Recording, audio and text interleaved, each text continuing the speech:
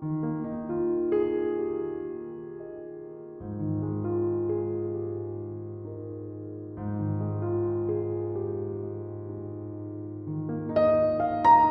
Everyone, good morning. কেমন আছেন আপনারা সবাই? আশা করছি সবাই খুব ভালো আছেন আর আমরাও বেশ ভালো আছি।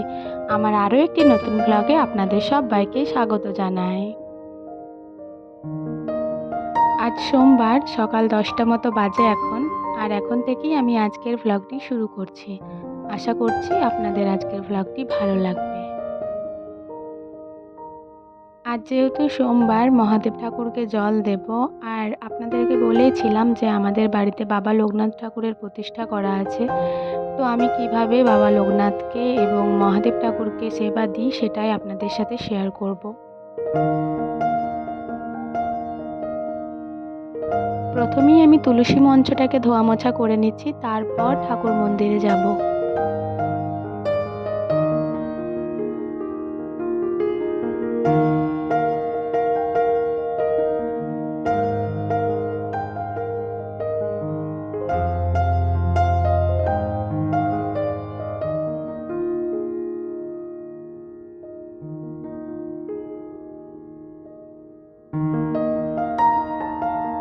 মন্দিরের ভিতর ঢুকেই দেখি হয়তো ইঁদুরে বা টিকটিকিতে জানি না কি হয়েছে, এখানে ঘটগুলো পড়ে গেছে, দুটো ঘটই, আর ঘটের মধ্যে অনেকগুলোই ধান ছিল, তো সেটাও পড়ে গেছে।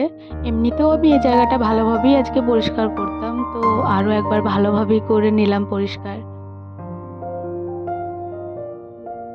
আর এই মুহূর্তে একটা টিকটিকি ঝপ করে আমার গায়ের ওপর পড়লো। দুটো টিকটিকি আজকে এরকম করেছে আমার সাথে। তো যাই হোক, আমি টিকটিকিকে ভয় পাই না, সেই জন্যই হয়তো আমার এতটাও কিছু মনে হয়নি।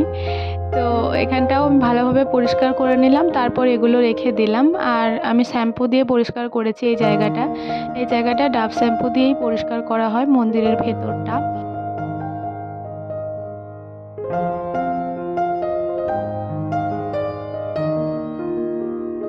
আর তারপর যে পেতলের বাসনগুলোতে বাবা লোকনাথকে এবং মহাদেব ঠাকুরকে মানে সেবা দেওয়া হবে, সেগুলো আমি একটু বাইরে রেখে এলাম। ওগুলো একটু পরে ধুয়ে নেব ভালো করে তেঁতুল দিয়ে।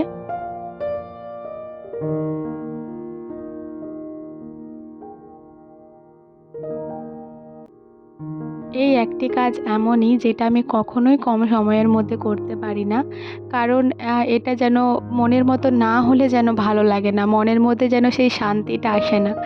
তো ভালোভাবেই আজকে পরিষ্কার করে নিয়েছি। আমি যতবারই আসি এখানটা যদি নোংরা থাকে তাহলে ভালোভাবেই করে নিই। তো মা তো সবসময় আর করতে পারে না, কারণ মায়ের এই সংসারের কাজ, এই সেই, ভাইয়ের লেখাপড়া, খাওয়া দাওয়া সব কিছুই।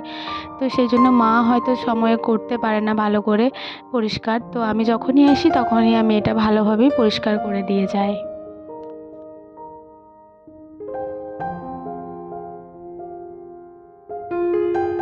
আর আজকে মা পাশের বাড়ি থেকে ফুল এনে দিয়েছিল অনেকগুলোই। যেহেতু আমাদের বাড়িতে সেরকম একটা ফুল ফোটে না, তো সেই কারণে মা ফুলগুলো এনে দিয়েছিল। ভালোই হয়েছিল, নয়তো আমার আরও অনেকটাই দেরি হতো।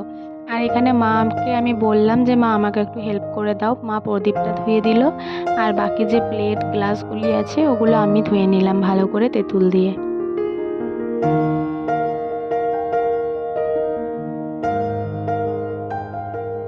আর এখানে কিছু তুলসী পত্র তুলে নিচ্ছি, যেগুলো আমি শ্রীকৃষ্ণের পায়ে দেব।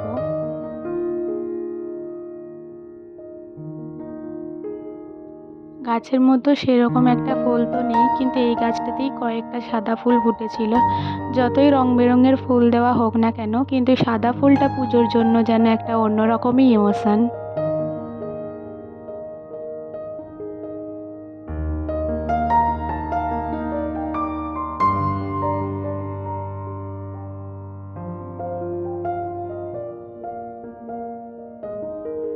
আর এখানে আমি এবার সমস্ত ঠাকুরগুলিকে ভালোভাবে আবার নিজের নিজের জায়গাতে রেখে দেব।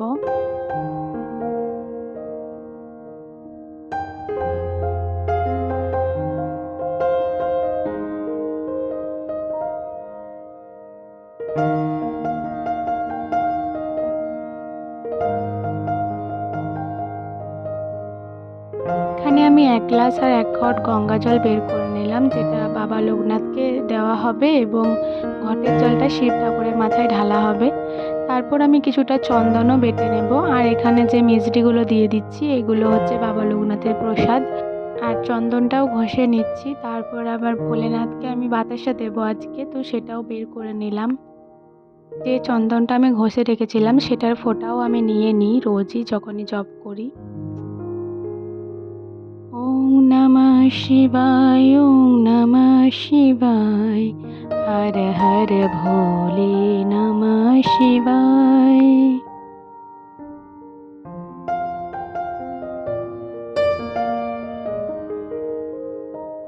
শিব ঠাকুরকে জল দেওয়ার পর এখানে আমি লক্ষ্মীর ঘরটাতেও একটু জল দিয়ে নিলাম। তারপর সব ঠাকুরগুলোর পায়ের কাছে একটা একটা করে ফুল রেখে দিলাম।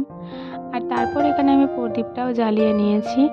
আর যে ফুলগুলো বেড়েছিল ওগুলো সবই আমি এই সামনেটাতে একটু সাজিয়ে দিলাম। তারপর এখানে শিব ঠাকুরকে আমি বাতাসাটাও দিয়ে দিলাম আর একটু আরতি করে নিলাম সব ঠাকুরগুলোর।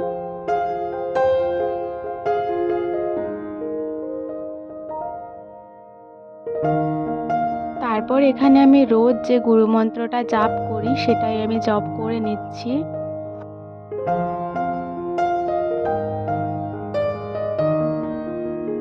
আমার আজকের ভিডিওটি আপনাদের কেমন লাগলো অবশ্যই জানাতে ভুলবেন না এবং কোনো ভুল ত্রুটি হলে অবশ্যই মার্জনা করবেন।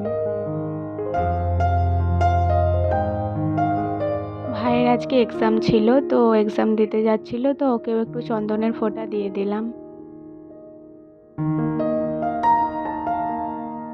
আমার আজকের ভিডিওটি আমি এখানে শেষ করছি। ভালো লাগলে অবশ্যই লাইক করবেন, কমেন্ট করবেন এবং সাবস্ক্রাইব করে আমার চ্যানেলটির পাশে থাকবেন।